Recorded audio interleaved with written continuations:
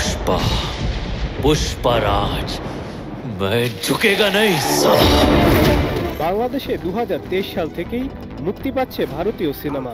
বছরে 10টি ভারতীয় সিনেমা আমদানির অনুমতিও দিয়েছে তথ্য ও বাণিজ্য মন্ত্রণালয়, যা শুরু হয় শাহরুখ খানের পাঠান মুক্তির মধ্য দিয়ে।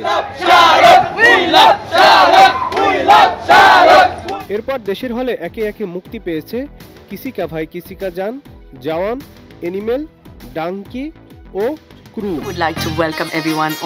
এবার পুষ্পা 2 দিয়ে বাংলাদেশে মুক্তি পেতে চলেছে দক্ষিণ ভারতীয় সিনেমা।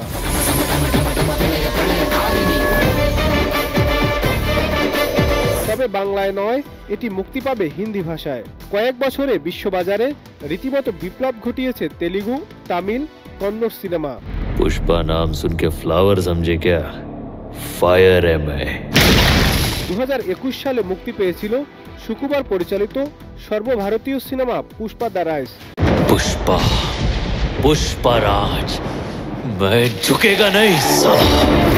পুষ্পারূপী আল্লু অর্জুন বাংলাদেশে অনেক দর্শকেরও প্রিয় তারকা। আগামী 15ই আগস্ট বিশ্বব্যাপী মুক্তি পাবে পুষ্পা 2। প্রথম কিস্তির চেয়েও বেশি বাজেট এবং বড় আয়োজনে তৈরি হয়েছে এটি। তেলুগুর পাশাপাশি আগের কিস্তিতে মুক্তি পেয়েছিল তামিল, তেলুগু, মালায়ালাম, কন্নড় ও হিন্দিতে। এবার ভাষাগুলোর সঙ্গে যুক্ত হয়েছে বাংলাও।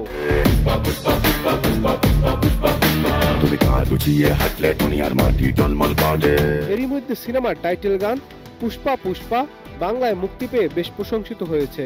ভারতের সঙ্গে একই দিনে বাংলাদেশে মুক্তি দেওয়ার পরিকল্পনা চলছে।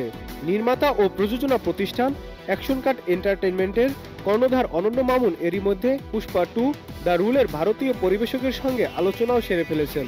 তবে বাংলায় নয়, হিন্দিতেই সিনেমাটি মুক্তি দেবেন বাংলাদেশে, কারণ বিদেশি সিনেমা আমদানি নীতিমালায় রয়েছে কোনো সিনেমার বাংলা ডাবিং বাংলাদেশে মুক্তি দেওয়া যাবে না। এ বিষয়ে অনন্য মামুন আরো বলেন, আমরা আইনের প্রতি শ্রদ্ধাশীল, তাই পুষ্পা 2 ভারতে বাংলায় মুক্তি পেলেও এখানে আমরা হিন্দি ভাষণই মুক্তি দেব।